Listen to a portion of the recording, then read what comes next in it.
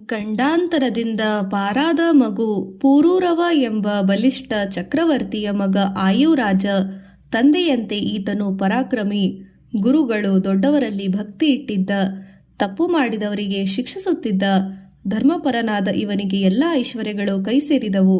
ಆದರೆ ಈತನಿಗೆ ಮಕ್ಕಳಿರಲಿಲ್ಲ. ದೊಡ್ಡವರ ಉಪದೇಶದಂತೆ ಈತನು ದತ್ತಾತ್ರೇಯನನ್ನು ಸೇವಿಸಿ ಆತನ ಪ್ರೀತಿ ಸಂಪಾದಿಸಿದ. ದತ್ತಾತ್ರೇಯನು ನಿನಗೆ ಶೂರನು ಧಾರ್ಮಿಕನು ಆದ ಮಗ ಹುಟ್ಟುವನು ಎಂದು ವರ ಕೊಟ್ಟ. ಅದರಂತೆ ಆಯುರಾಜನಿಗೆ ಗಂಡು ಮಗುವಾಯಿತು. ರಾಜನು ಸಂಭ್ರಮದಿಂದ ಪುತ್ರೋತ್ಸವ ಆಚರಿಸಿದ. ಇದೇ ಸಮಯದಲ್ಲಿ ಹುಂಡಾಸುರನೆಂಬ ರಾಕ್ಷಸ ಲೋಕವನ್ನೆಲ್ಲ ಹೆದರಿಸುತ್ತಿದ್ದ. ಒಳ್ಳೆಯವರನ್ನು ಗೋಳಾಡಿಸುತ್ತಿದ್ದ. ಆತನಿಗೆ ಎದುರಾಗಿ ನಿಲ್ಲುವಂತ ಧೀರರೇ ಇರಲಿಲ್ಲ. ಆದ್ದರಿಂದ ಮಹಾವಿಷ್ಣು ಆಯುರಾಜನಿಗೆ ಇಂಥ ಶೂರಮಗನಾಗುವನೆಂದು ವರ ಕೊಟ್ಟಿದ್ದ. ಈ ವಿಷಯ ಹುಂಡಾಸುರನಿಗೆ ಗೊತ್ತಾಯಿತು. ಅವನು ಹುಟ್ಟಿದ ಮಗವನ್ನು ಅಪಹರಿಸಿದ. ಅದನ್ನು ತನ್ನ ಹೆಂಡತಿಗೆ ಕೈಯಲ್ಲಿ ಕೊಟ್ಟು ಕತ್ತರಿಸಿ ಅಡುಗೆ ಮಾಡಲು ಹೇಳಿದ. ಅವಳು ಅದನ್ನು ಅಡಿಗೆಯವನಿಗೆ ಕೊಟ್ಟಳು. ಅಡುಗೆಯವನು ನೋಡಿದ ಬಹು ಮುದ್ದಾದ ಮಗು. ಅದನ್ನು ಕೊಲ್ಲಲು ಮನಸ್ಸು ಬರಲಿಲ್ಲ. ಬೇರೆ ಪ್ರಾಣಿಯ ಮಾಂಸವನ್ನು ಅಡುಗೆ ಮಾಡಿದ. ಅದನ್ನೇ ಆ ಮಗುವಿನ ಮಾಂಸವೆಂದು ರಾಕ್ಷಸನಿಗೆ ಬಡಿಸಿದ. ಬುದ್ಧಿಹೀನನಾದ ಹುಂಡಾಸುರ ಅದನ್ನು ನಂಬಿ ನಿಶ್ಚಿಂತನಾದ. ಅಡುಗೆಯವನು ಆ ಮಗುವನ್ನು ವಸಿಷ್ಠ ಋಷಿಗಳ ಆಶ್ರಮದ ಬಾಗಿಲಲ್ಲಿ ಬಿಟ್ಟು ಹೋದ. ಬೆಳಿಗ್ಗೆ ಎದ್ದು ವಸಿಷ್ಠರು ಜ್ಞಾನದೃಷ್ಟಿಯಿಂದ ಎಲ್ಲೋ ಅರಿತರು. ಆ ಮಗುವಿನ ನಹುಷ ಎಂದು ಹೆಸರಿಟ್ಟು ಸಕಲ ಆರಂಭಿಸಿದರು. ದತ್ತಾತ್ರೇಯನ ಕರುಣೆ.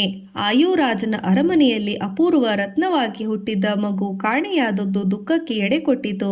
ಅನೇಕ ವರ್ಷ ಮಕ್ಕಳಿಲ್ಲದೆ ಕೊನೆಯ ದತ್ತಕೃಪೆಯಿಂದ ಹುಟ್ಟಿದ ಮಗ ಇವನು. ರಾಜರಾಣಿಯರು ಗೋಳಾಡುತ್ತಾ ದತ್ತಾತ್ರೇಯನನ್ನೇ ಪ್ರಾರ್ಥಿಸಿದರು. ಇವರ ಸಂಕಟವನ್ನು ಕಂಡು ದತ್ತಾತ್ರೇಯನಿಗೆ ಕರುಣೆ ಉಂಟಾಯಿತು. ಅವನು ನಾರದ ಮಹರ್ಷಿಯನ್ನು ಅರಿತು ಕರೆದರು. ಆಯುರಾಜ ಮತ್ತು ಅವನ ಹೆಂಡತಿಗೆ ಸಮಾಧಾನ ಹೇಳು. ಅವರ ಮಗ ಬದುಕಿದ್ದಾನೆ ಎಂದು ಧೈರ್ಯ ಕೊಡು ಎಂದು ಕಳುಹಿಸಿದರು.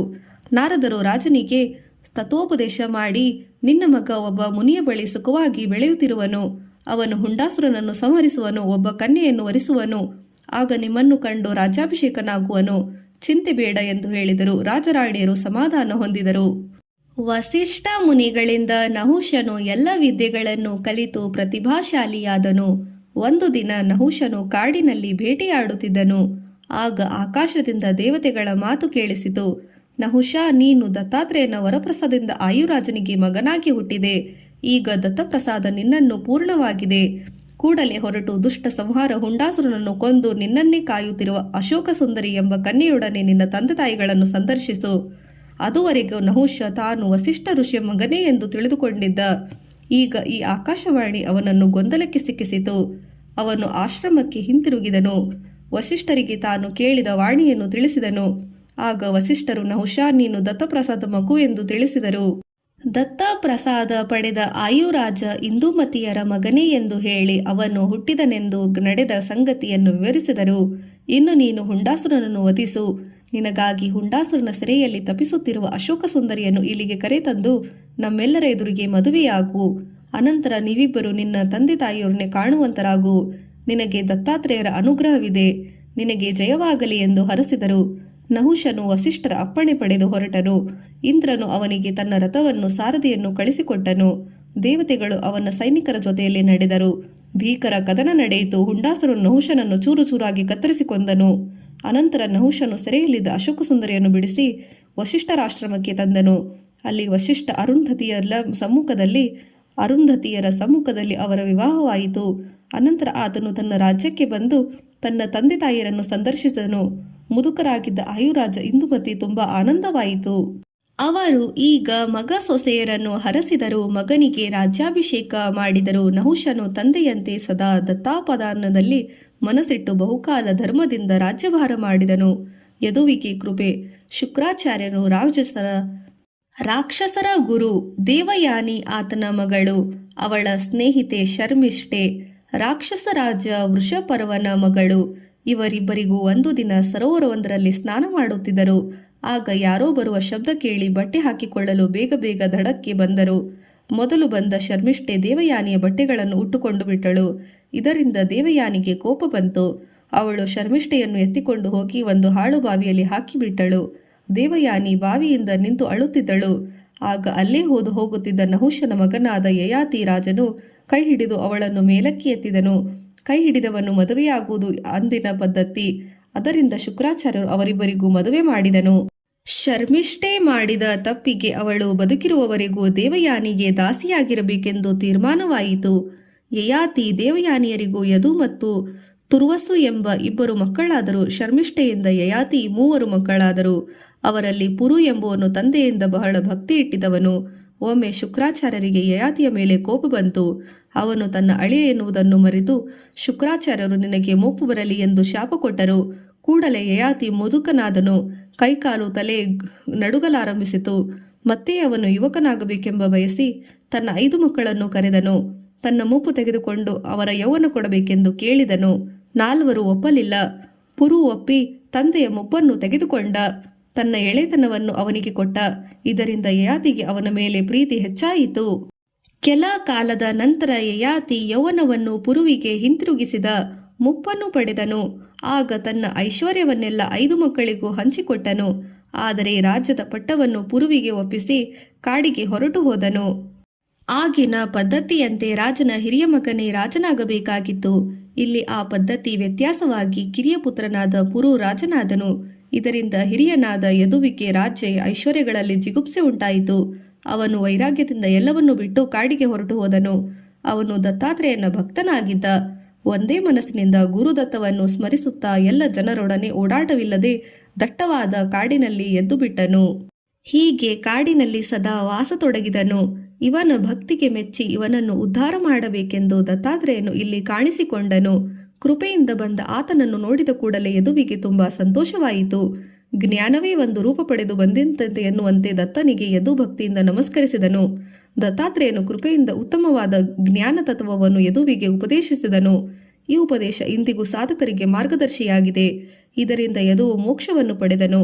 ಇವರಲ್ಲದೆ ಪ್ರಹ್ಲಾದ, ರಂತಿದೇವ ಇವರನ್ನು ದತ್ತಾತ್ರೇಯನು ಉದ್ಧರಿಸಿದನು.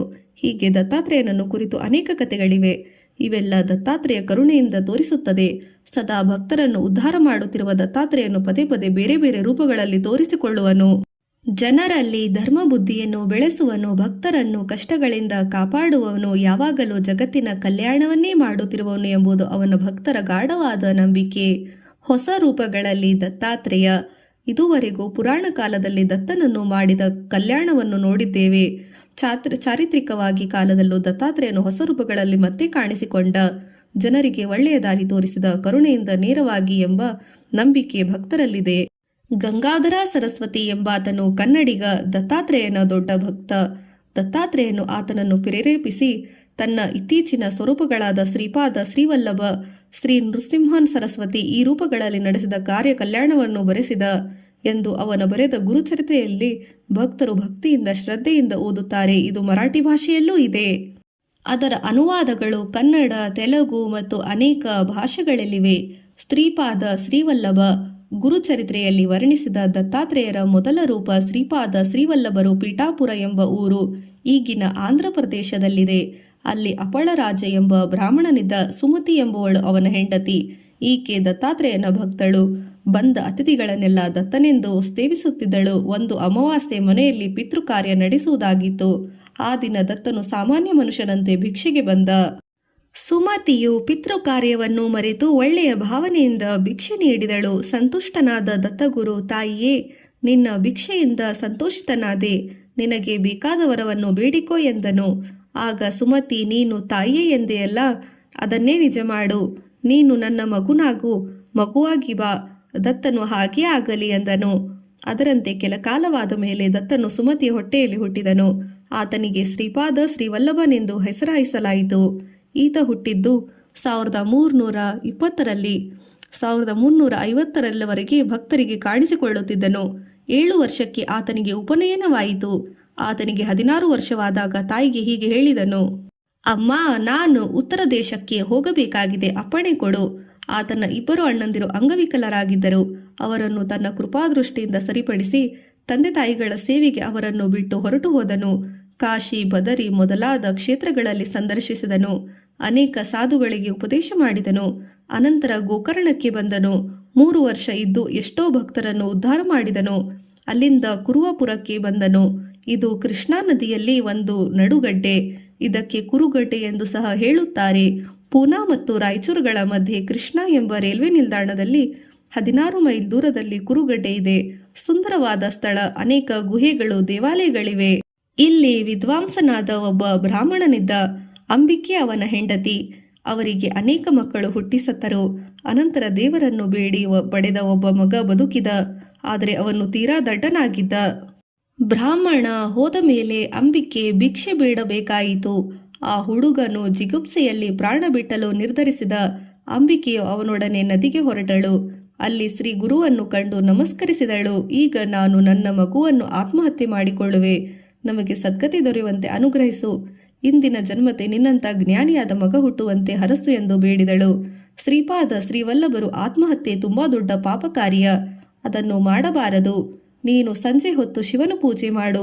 ಮುಂದಿನ ಜನ್ಮದಲ್ಲಿ ನನ್ನಂಥ ಮಗನೇ ಹುಟ್ಟುವನು ಎಂದು ತಿಳಿಸಿದರು. ಅಲ್ಲದೆ ಆಕೆಯ ಮಗನನ್ನು ಕೃಪೆಯಿಂದ ನೋಡಿದರು. ಕೂಡಲೇ ಆ ಹುಡುಗನು ಪಂಡಿತನಾದನು. ಅಂಬಿಕೆ ಶ್ರೀ ಗುರುವನ್ನೇ ಶಿವನೆಂದು ಭಾವಿಸಿ ಪ್ರತಿ ಸಂಜೆ ಆತನನ್ನೇ ಪೂಜೆ ಮಾಡುತ್ತಾ ಸುಖವಾಗಿದ್ದಳು. ಹೀಗೆ ಅನೇಕ ಭಕ್ತರನ್ನು ಉದ್ಧರಿಸಿ ಶ್ರೀ ಗುರುವು ಅಲ್ಲೇ ಗುಪ್ತನಾದನು, ಅಂದರೆ ಕಾಣದವನಾದನು. ಶ್ರೀ ನರಸಿಂಹ ಸರಸ್ವತಿ ಅಂಬಿಕೆಯ ಮಗನಾಗುವೆನೆಂದು ದತ್ತಾತ್ರೇಯ ಮಾತು ಕೊಟ್ಟಿದ್ದನಲ್ಲವೇ. ಅಂಬಿಕೆ ಮುಂದಿನ ಜನ್ಮದಲ್ಲಿ ಕರಂಜನ ನಗರದಲ್ಲಿ ಹುಟ್ಟಿದಳು. ದೊಡ್ಡವಳಾದಾಗ ಮಾಧವ ಎಂಬುವನನ್ನು ಮದುವೆಯಾದಳು. 1380ರಲ್ಲಿ ಆಕೆಯ ಒಬ್ಬ ಮಗ ಹುಟ್ಟಿದ. ಅವನನ್ನು ನರಹರಿ ಎಂದು ಕರೆದರು. 7 ವಯಸ್ಸಿನಲ್ಲಿ ಅವನು ಮಾತಾಡಲೇ ಇಲ್ಲ. ಎಲ್ಲರೂ ಅವನನ್ನು ಮೂಕನೆಂದು ಭಾವಿಸಿದರು. ನರಹರಿಗೆ 7 ವರ್ಷ. ತಂದೆ ಆತನಿಗೆ ಉಪನಯನ ಮಾಡಿದನು. ಅಲ್ಲಿ ಈ ಮೂಕ ಮಗ ಗಾಯತ್ರಿ ಹೇಗೆ ಹೇಳುವುದು ನೋಡೋಣವೆಂದು ಊರ ಜನರೆಲ್ಲರೂ ಸೇರಿದ್ದರು. ನರಹರಿಯು ತಾಯಿ ಭಿಕ್ಷೆ ಹಾಕಲು ಬಂದಾಗ ಒಂದೊಂದು ಭಿಕ್ಷೆಗೂ ಒಂದೊಂದು ವೇದವನ್ನೇ ಘೋಷಿಸಿದರು. ಬಂದವರಿಗೆಲ್ಲ ಆಶ್ಚರ್ಯವಾಯಿತು. ನರಹರಿಯು ತಾಯಿ ಭಿಕ್ಷೆ ಹಾಕಲು ಬಂದಾಗ ಒಂದೊಂದು ಭಿಕ್ಷೆಗೂ ಒಂದೊಂದು ವೇದವನ್ನು ಘೋಷಿಸಿದ. ಬಂದವರಿಗೆಲ್ಲ ಆಶ್ಚರ್ಯವೋ ಆಶ್ಚರ್ಯ. ನರಹರಿ ತನ್ನ ತಾಯಿಗೆ ಹಿಂದಿನ ಜ್ಞಾನದ ಜ್ಞಾಪಕ ಬರುವಂತೆ ಮಾಡಿದನು. ಆಕೆಗೆ ಇನ್ನಿಬ್ಬರು ಮಕ್ಕಳಾದ ಮೇಲೆ ತಂದೆ ತಾಯಿಯರ ಅಪ್ಪಣೆ ಪಡೆದು ನರಹರಿ ಕಾಶಿ ಕ್ಷೇತ್ರಕ್ಕೆ ಹೊರಟು ಹೋದನು. ಅಲ್ಲಿ ವೃದ್ಧ ಕೃಷ್ಣ ಸರಸ್ವತಿ ಅವರಿಗೆ ಸನ್ಯಾಸ ಪಡೆದು ನರಸಿಂಹ ಸರಸ್ವತಿ ಎಂದು ಕರೆಸಲ್ಪಟ್ಟನು.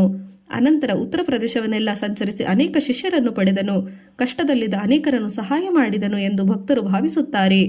ಅನಂತರ ಶ್ರೀ ಗುರುವು ಗಣಗಾಪುರದ ಎಂಬ ಕ್ಷೇತ್ರಕ್ಕೆ ಬಂದರು. ಈ ಸ್ಥಳ ಕರ್ನಾಟಕದ ರಾಜ್ಯದ ಗುಲ್ಬರ್ಗಾದಲ್ಲಿದೆ. ಗುಲ್ಬರ್ಗಾದಿಂದ 1 ಮೈಲಿ ದೂರದಲ್ಲಿದೆ. ಇಲ್ಲಿ 20 ವರ್ಷಗಳ ಕಾಲ ವಾಸವಾಗಿದ್ದರು. ಶ್ರೀ ಗುರುವಿನ ಕರುಣೆಯನ್ನು ತೋರಿಸುವ ಅನೇಕ ಕಥೆಗಳು ಹೇಳುತ್ತಾರೆ. ಕೆಳಗಿನ ಜಾತಿಯವನು ಎನಿಸಿಕೊಂಡಿದ್ದ ಒಬ್ಬನಲ್ಲಿ ಗುರುಕೃಪೆ ತೋರಿಸಿದರು. ಎಲ್ಲರೂ ಆತನನ್ನು ಕೀಳು ಜಾತಿಯವನು, ಏನೂ ತಿಳಿಯದವನು ಎಂದು ತಿರಸ್ಕರಿಸಿದಿಂದ ಕಾಣುತ್ತಿದ್ದರು. ಗುರು ಅವನನ್ನು ವೇದ ಹೇಳುವಂತೆ ಕೃಪೆ ಮಾಡಿದರು. ಕುಷ್ಠರೋಗದಿಂದ ಒಬ್ಬಾತ ತುಂಬ ಕಷ್ಟಪಡುತ್ತಿದ್ದ. ಗುರು ಆತನಿಗೆ ಗುಣ ಮಾಡಿದರು. ಶ್ರೀ ಗುರುವು ಶ್ರೀಶೈಲದಲ್ಲಿ ಗುಪ್ತವಾದರು. ಇದು ನಡೆದದ್ದು ಕ್ರಿಸ್ತಶಕ 1459ರಲ್ಲಿ. ಹಾಗೆ ಹೋಗುವಾಗ ಗಣಗಾಪುರದಲ್ಲಿ ತಮ್ಮ ನಿರ್ಗುಣ ಪಾದುಕೆಗಳನ್ನು ಬಿಟ್ಟು ಹೋದರು ಎಂದು ಹೇಳುತ್ತಾರೆ. ಈಗಲೂ ಈ ಪಾದುಕೆಗಳಲ್ಲಿ ಸಾಕ್ಷಾತ್ ದತ್ತಾತ್ರೇಯನ ಆವಾಸವಿದೆ ಎಂದು ಭಕ್ತರು ಪೂಜಿಸುತ್ತಾರೆ. ದತ್ತಾತ್ರೇಯರನ್ನು ಕುರಿತು ಭಕ್ತರು ಅನೇಕ ಕಥೆಗಳನ್ನು ಹೇಳುತ್ತಾರೆ.